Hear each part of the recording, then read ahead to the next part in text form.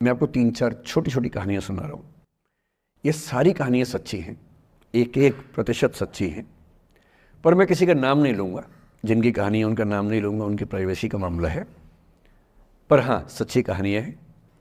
अच्छी बात है कि इन कहानियों के किरदार हम लोग नहीं बने, ईश्वर करे हम कभी ना बने, लेकिन कहानियाँ सच्ची हैं।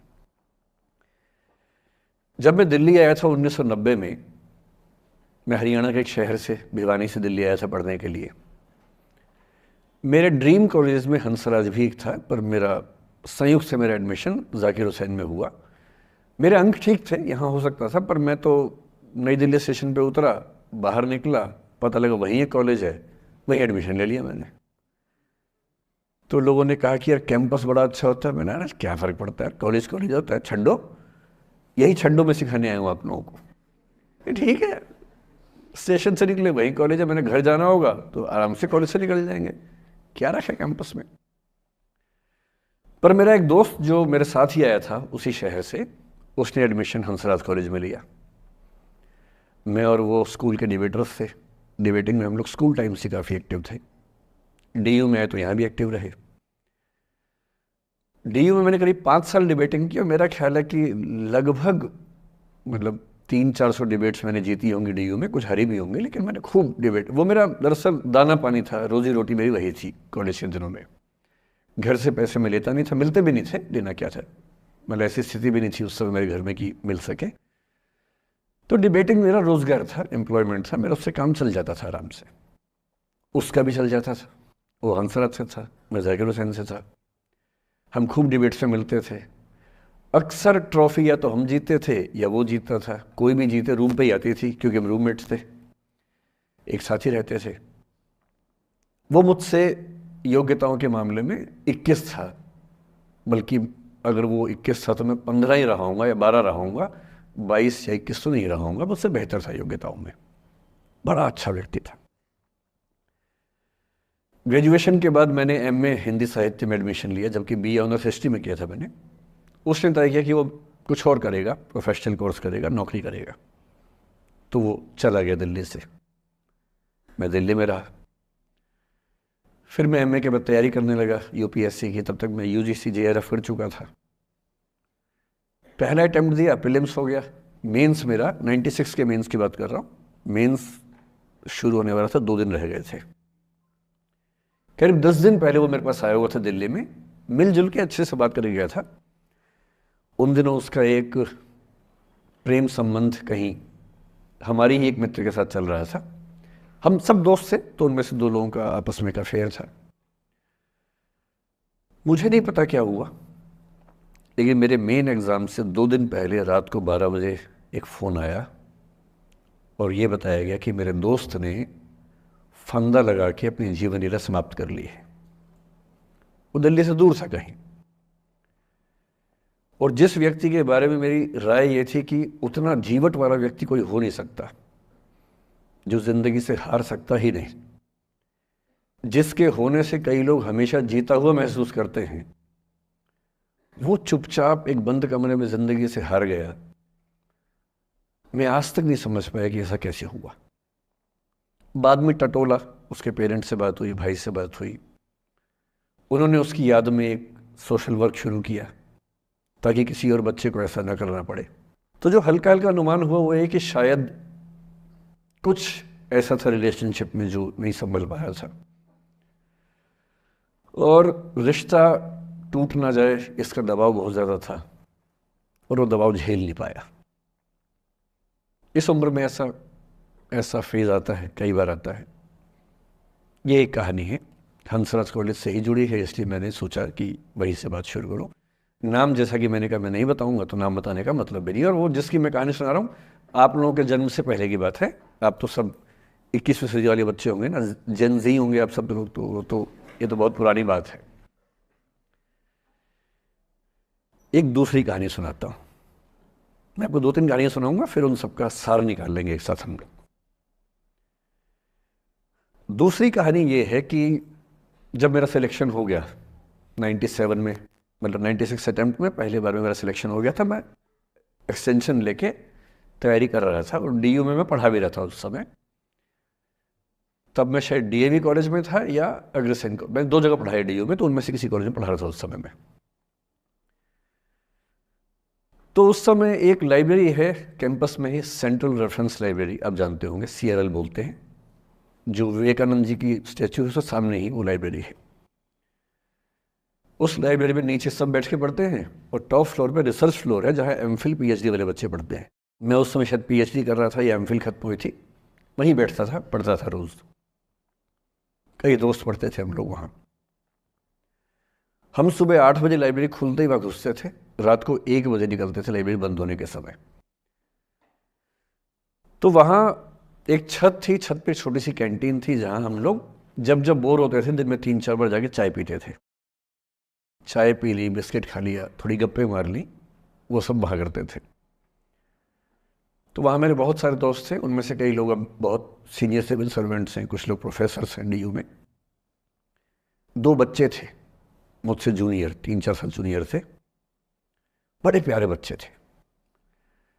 मुझे उस समय तक पढ़ाई लिखाई का शौक अच्छा खासा हो गया था, तो वो रोज़ मेरे साथ बैठते थे केवल बात करने के लिए, किसी मुद्दे पर बहस करनी है तो बहस होती थी, समझते थे।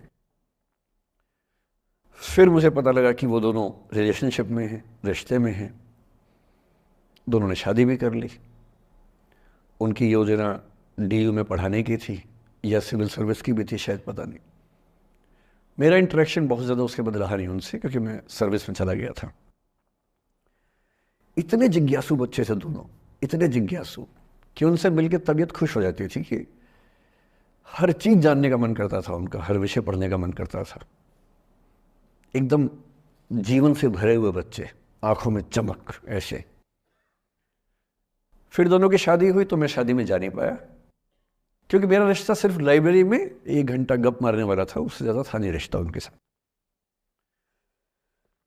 फिर सुनता रहता था कि मैं सब बढ़िया चल रहा है, पढ़ाई कर रहे हैं, तैयारी कर रहे हैं। इंटरकास्ट मैरिज की उन लोगों ने, खूब हंगामा हुआ, दोनों घर में तलवारें खिंच गई, किसी तरह से तलवारें संभाली गई, मैनेज हुआ, दोनों साथ रहने लगे।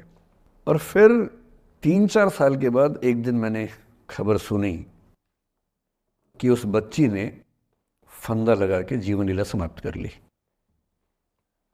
ये बात भी दिल्ली विश्वविद्यालय की, ये उस दौर के सब लोग इस कहानी को जानते हैं। मेरे ख्याल से दोनों कहानी आपकी प्रिंसिपल मैडम जानती होंगी, नहीं ध्यान कर पाएंगे तो मैं उनको जैसे नाम बोलूँगा अकेले में वो तुरंत समझ जाएंगे मैं किसकी बात कर रहा हूँ। मैं आज तक नहीं समझ पाया कि ऐसा क्या हुआ होगा। तो बाद में अनुमान जो हुआ वो ये, इंटरकास्ट मैरिज, परिवार का दबाव, समाज का दबाव, आपस के दबाव, टॉक्सिक रिलेशनशिप, अंत में उस दबाव को न झेल पाना और जीवन समाप्त कर देना, ये हुआ। ये 2 घटनाएं हैं। एक तीसरी घटना ये है कि दिल्ली में आज से 25 साल पहले घटना घटी। आप लोग तब बस पैदा हुए होंगे, घुटनों में चल रहे होंगे, या उससे 5-7 साल पहले की बात रही होगी। ये घटना दिल्ली के सब सीनियर लोग जानते हैं, जिनकी उम्र 35-40 साल है वो सब जानते हैं इस घटना को। मोबाइल फ़ोन में वीडियो नया नया आया था उस समय, अब तो आपके हर फ़ोन में वीडियो है, अब तो सामने भी है, ताकि आप वैसा वाला मुंह बना के सेल्फी खिंचवा सके। पाउट बोलते हैं ना, मैं उसको देसी भाषा में सूअर जैसा मुंह बोलता हूँ, और वैसा ही बनता भी है, क्यूट क्यूट सा सूअर जैसा मुंह बना के लोग सेल्फी खिंचवाते हैं, उसको बोलते हैं पाउट। तब तो कैमरा फ़ोन में पहली बार आया था, तब लोग अभ्यस्त नहीं थे। अब जैसे आप लोग कितने अभ्यस्त होंगे, हम भी होने लग गए अब तो। अब हम किसी से बात करते हैं तो हम ये एज्यूम करके चलते हैं कि उसने फ़ोन में कुछ ना कुछ ऑन कर रखा होगा, या तो आवाज़ रिकॉर्ड करेगा या वीडियो बनाएगा। तुम कितने केयरफुल होकर बोलते हैं, कितने कॉन्शियस रहते हैं। और सर्विलांस सोसाइटी की सबसे बुरी बात यह है कि हम हमेशा चौकन्ने रहते हैं, हम सहज हो ही नहीं पाते। सहज रूप से 2 लोग बात कर लें, हो ही नहीं पाता। तो मैं तो अपने ऑफिस में कई बार ऐसा करता हूँ, जब हम 3-4 लोग बैठते हैं इनफॉर्मल बातचीत के लिए, हम सब अपना अपना फ़ोन कमरे के बाहर छोड़ के आ जाते हैं, फिर 2 घंटे बात करते हैं, इस भय से मुक्त होके कि कहीं कोई रिकॉर्ड तो नहीं कर रहा। ये हालत है आज की। उस ज़माने में तो फ़ोन थे। मोबाइल फ़ोन आया था भारत में लगभग 1995 के आसपास पहली बार। बड़ा महंगा था, 16 रुपये प्रति मिनट इनकमिंग, 16 रुपये प्रति मिनट आउटगोइंग, ये रेट से उस समय। और फ़ोन वो थे जिनसे आप कील भी ठोक सकते हैं, वैसे वाले फ़ोन थे, बटन वाले फ़ोन थे। नोकिया एक कंपनी थी, उसके फ़ोन हुआ करते थे। उसके 4-5 साल के बाद क्या हुआ, पहली बार किसी कंपनी ने फ़ोन में कैमरा लगा दिया। ये बात उस समय के लोग नहीं समझते थे। जब भी नई तकनीक आती है उसको समझने में टाइम लगता है। जो पहले समझते हैं फ़ायदा उठा लेते हैं, जो थोड़ा लेट समझते हैं वो उसका नुकसान उठाते हैं। उस समय दिल्ली के एक प्रसिद्ध स्कूल में 11वीं-12वीं क्लास के 2 बच्चों में आपस में कोई रिलेशनशिप रही होगी। वो दोनों किसी ऐसी सिचुएशन में थे जो सिचुएशन बहुत ही प्राइवेट किस्म की थी, बहुत निजी किस्म की थी, जिसको पब्लिक नहीं कर सकते। कुछ फिजिकल रिलेशनशिप जैसा मामला था। उस दुष्ट लड़के ने लड़कों के इतिहास को कलंकित, लड़कों का इतिहास वैसे भी कलंकित ज़्यादा है, उसे और कलंकित करते हुए उस पूरे सिचुएशन का वीडियो बना लिया। ऐसे मामलों में दुर्भाग्य है, मैं लड़का हूं इसलिए लड़के पवित्र थोड़ा ना हो जाएंगे, लड़का है इतिहास कलंकित तो है, उसका वीडियो बना लिया और दुष्टता का चरम स्तर निभाते हुए वो वीडियो अपने एक दोस्त को शेयर कर दिया। ये कहे कि किसी और को दिखाना मत, जैसा कि होता है अफवाहों की दुनिया में। हर अफवाह एक व्यक्ति एक को ही बताता है, ये कह के किसी और को मत बताना, और अगला व्यक्ति भी अगले को यही कह के बोलता है किसी और को मत बताना, और इस तरह से पूरे शहर को खबर होती है और सबको लगता है कि सिर्फ मुझे पता है। वो वीडियो फैल गया। नए नए फ़ोन आए थे, पर वो फ़ोन कम लोगों के पास थे, कैमरे वाले फ़ोन। तो फ़ोन से कितना फैलता, ज़्यादा नहीं फैला। लेकिन उस समय दिल्ली की एक कुख्यात मार्केट हुआ करती थी, पालिका बाज़ार, अभी भी है, पर तब वो कुछ और कामों के लिए कुख्यात हुआ करती थी। अब तो कपड़े मिलते हैं, तब कपड़ों के साथ कई चीज़ें और मिलती थी वहाँ। जैसे गंदी फिल्मों की सीडी चाहिए हो तो वहाँ मिलती थी, ग्रे मार्केट में, चोरी छिपे। इस वीडियो को सीडी में कन्वर्ट करके लोगों ने वहाँ से खरीदा, लाखों करोड़ों की संख्या में।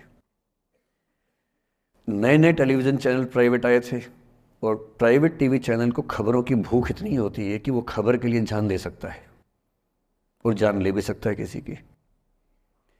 24 घंटे इस खबर पे, इस चीज़ पर खबरें चल रही थी सारे चैनल्स में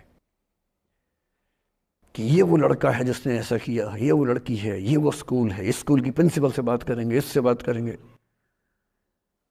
वो जो बच्ची थी जिसकी इसमें कोई गलती नहीं थी, सिवाय इसके कि वो किसी एक लड़के से प्रेम करती थी, जो कि उस उम्र में बच्चे कर बैठते हैं। इसके लिए बहुत चिल्लपौनी मचानी चाहिए। बच्चों को आप हर बात पे अपराधी नहीं मान सकते। उस बच्चे की गलती सिर्फ इतनी थी कि उसने अपने दोस्त पे भरोसा किया, जो भरोसे के लायक था नहीं। वो नीच किस्म का व्यक्ति था जिसने उस संबंध की गरिमा को समझा नहीं। उस बच्ची के घर के बाहर 24 घंटे न्यूज़ चैनल से कैमरे खड़े रहे। घर से कोई भी निकले 50 कैमरे पीछे, आप बताइए आपकी बेटी कैसी है, आप बताइए आपकी बहन कैसी है। अंत में उस पिता ने अपनी बच्ची को इस देश से बाहर भेज दिया। उसके कुछ दिन बाद की जो खबर टीवी चैनल से नहीं दिखाई, उसके पिता ने आत्महत्या कर ली। ये तीसरा इंसिडेंस है। ये सारी खबरें सच्ची बता रहा हूं मैं, इनमें से एक भी झूठ नहीं है। झूठी कहानियों से मोटिवेशन दिया जा सकता है, मैं जानता हूं, पर जब सच्ची कहानियां हैं तो मैं झूठ क्यों बोलूं? सारी सच्ची कहानियां बता रहा हूं मैं आपको। एक चौथी कहानी जो आप में से कई लोगों की होगी। मेरा एक स्टूडेंट है, सिविल सर्वेंट है, सीनियर लेवल पे है, करीब 40 साल का है। उसने आज तक शादी नहीं की। क्या उसकी शादी करने की इच्छा नहीं थी? पूरी इच्छा थी। फिर क्यों शादी नहीं की? भाई कुछ लोग तो होते हैं कि शादी करनी ही नहीं, कोई मिशन है, योगी जी हैं, मोदी जी हैं, ठीक है, उनका तो मिशन है, ममता जी है, उनका मिशन है। पर जिसका जीवन में ऐसा कोई मिशन नहीं है और जिसको प्रेम करने का मन भी करता हो, वो तो शादी करता है आमतौर पे। उसने शादी क्यों नहीं की जानते हैं? जब वो 25-26 की उम्र में था, जब वो मेरा विद्यार्थी भी था, एक दिन मेरे पास आके बोला कि सर एक बात करना चाहता हूँ। मुझसे मेरे स्टूडेंट्स ऐसी बातें खूब करते हैं पर्सनली आके, अब तो मैं टाइम कम दे पाता हूँ, पहले तो ये सब होता रहता था क्लास के अलावा। एकदम रोता हुआ आया, आंखों में आंसू भरे हुए बहुत सारे। अरे क्या हो गया भाई? तो फिर उसने किसी का नाम बताया कि सर वो है मेरी स्टूडेंट थी, कि सर उसके साथ रिलेशनशिप थी, उसने धोखा दिया है मुझे। अच्छा, धोखा देने वाली कहानियाँ मुझे बहुत अपील नहीं करती। मेरा मानना है कि दोनों पक्षों की गलतियाँ होती हैं। आप केवल अपने पर्सपेक्टिव से सोच सोच के धोखा करते रहते हैं, ऐसा थोड़ा ना होता है भाई। कुछ तो मजबूरियाँ रही होंगी, कोई यूं ही बेवफा नहीं होता, कुछ तो वजह होगी ना। आप थोड़ा उसकी वजह, उसका भी तो, उसकी कहानी भी तो सुनिए। और मैं जब जब दोनों कहानियाँ सुनता हूँ मुझे लगता है कि मामला ग्रे है। आप किसी एक पे उंगली उठा ही नहीं सकते कि इसने ऐसा किया। दोनों की गलतियाँ होती हैं, ऐसा थोड़ा ना कि एक की होती है। बहरहाल इन भाई साहब को ऐसा लगा कि धोखा हो गया उनके साथ। तो मैंने कहा चलो कोई बात नहीं यार, हो गया तो हो गया, तू नहीं कोई और सही, ऐसा क्या है। इतनी बड़ी दुनिया है, 8 अरब की आबादी अब है, उस समय भी 6-7 अरब तो थी। मैंने कहा 3.5 अरब 350 करोड़ में कोई तो होगी तुम्हारे लिए, ऐसा क्या है, कोई और देखेंगे। पर वो थोड़ा ज़्यादा सेंटिमेंटल था उस समय। धीरे धीरे पता नहीं उसके मन में क्या बैठ गया, उसके मन में ये बैठा कि दुनिया की सारी लड़कियां धोखेबाज होती हैं। ऐसे मूर्खों की कमी नहीं है दुनिया में, ऐसे बहुत मूर्ख हैं। दर्शन की दुनिया में इसे अवैध सामान्यीकरण कहते हैं, इलिसिट जनरलाइजेशन। इसका मतलब बहुत छोटे सैंपल के बेस पे ये समझ लेना कि ये थियरी पूरे ब्रह्मांड पर लागू होती है। एक लड़की ने धोखा दिया, मान लीजिए धोखा दिया, धोखा इसने दिया कि उसने दिया कि किसी ने दिया, जो भी कहानी हो, एक सैंपल से ये मान लेना कि सब ऐसे होते हैं। और उसके बाद से उसने कम से कम 10 बार कोशिश की, 10 लोगों से मिला, बातचीत की शादी के लिए। डेटिंग तो क्या करेगा 40 की उम्र में, लेकिन हाँ बातचीत करके देखा कि शायद रुचियाँ मिल जाएं, स्वभाव मिल जाए तो शादी के बारे में सोचें। हर बार 3-4-5 मीटिंग के बाद वापस हट जाता है। अब तो मैंने पूछना बंद कर दिया है। जब तक मैं पूछता था बोलता था कि सर 3-4 मीटिंग के बाद लगता है कि ये भी वैसी ही है। मैंने कहा भूल जाओ भाई, उससे भूल जाओ, बात खत्म हो गई। उसके बच्चे घूम रहे हैं आजकल स्कूल में, अब तुम कम से कम शादी तो कर लो। वो भाई साहब आज तक अकेले हैं, और अब तो बाज़ार में मूल्य भी कम हो गया उनका, अब विकल्प भी ज़्यादा नहीं मिलते हैं। अब जो विकल्प मिल रहे हैं वहाँ उसकी रुचि और कम हो गई है। तो पूरी संभावना है कि वो जीवन अकेले ही गुजरेगा अब उसका। एक अंतिम एग्जाम्पल देके फिर मैं निष्कर्ष की तरफ बढ़ूंगा।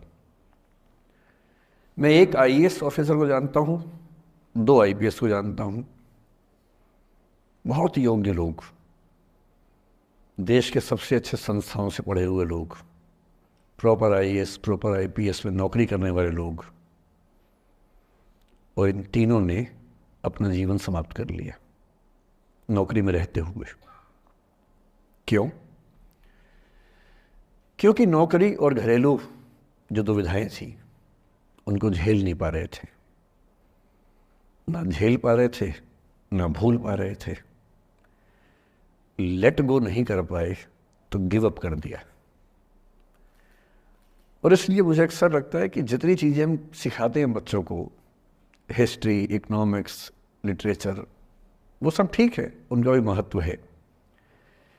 शायद उससे ज़्यादा महत्व इस चीज़ का है कि ये समझें कि अपने इमोशंस को कैसे मैनेज करना है। जब जीवन में ऐसा लगे कि सब खत्म हो गया है, जब जीवन में लगे कि बहुत टॉक्सिक किस्म की लाइफ हो गई है, उससे बाहर कैसे निकलें, शायद ये सबसे महत्वपूर्ण लेसन होता है जो हम सबको सीखना चाहिए। मैंने कहीं से सीखा नहीं है, ना मैंने ऐसी किताबें पढ़ी हैं। हालांकि मैंने 2 किताबें मंगवाई हैं पिछले हफ्ते, पढ़ी नहीं है अभी तक, तो मैं किताबों के बेस पे नहीं जानता कैसे सीखते हैं, लेकिन ज़िंदगी से तुम सीख सकते हैं। इन कहानियों का सबका एक ही सार है, वजह अलग अलग है। एक व्यक्ति ने इसलिए अपना जीवन समाप्त किया कि वो रिश्ता उसके हाथ से छूट रहा था। एक ने इसलिए जीवन समाप्त किया कि ये रिश्ता बन गया था पर समाज के दबाव, घर के दबाव मैनेज नहीं कर पाए। एक ने ज़िंदगी भर शादी नहीं की सिर्फ इसलिए कि वो पुरानी यादों को भूल नहीं पाया। अरे एक बार गलती हो गई तो हो गई, आगे तो संभावना जीवन में है भाई, क्यों इतना हावी रखने उसी दिमाग के ऊपर। कुछ लोग देश की सबसे अच्छी नौकरी में होकर हर पैमाने पर सफलता की हर कसौटी पे खरा उतरने के बाद जीवन नहीं बचा पाए, क्योंकि दूसरों की नज़र में आप बहुत सफल हो जाए, अपनी नज़र में शून्य हो, तो फिर जीवन कैसे बने, जीवन कैसे बचे। इन सारी कहानियों का मूल भाव एक ही है, अगर आप खुद को हैंडल नहीं कर सकते तो दुनिया को क्या हैंडल करेंगे। दुनिया को हैंडल करने से पहले खुद को हैंडल करना सीखना पड़ता है।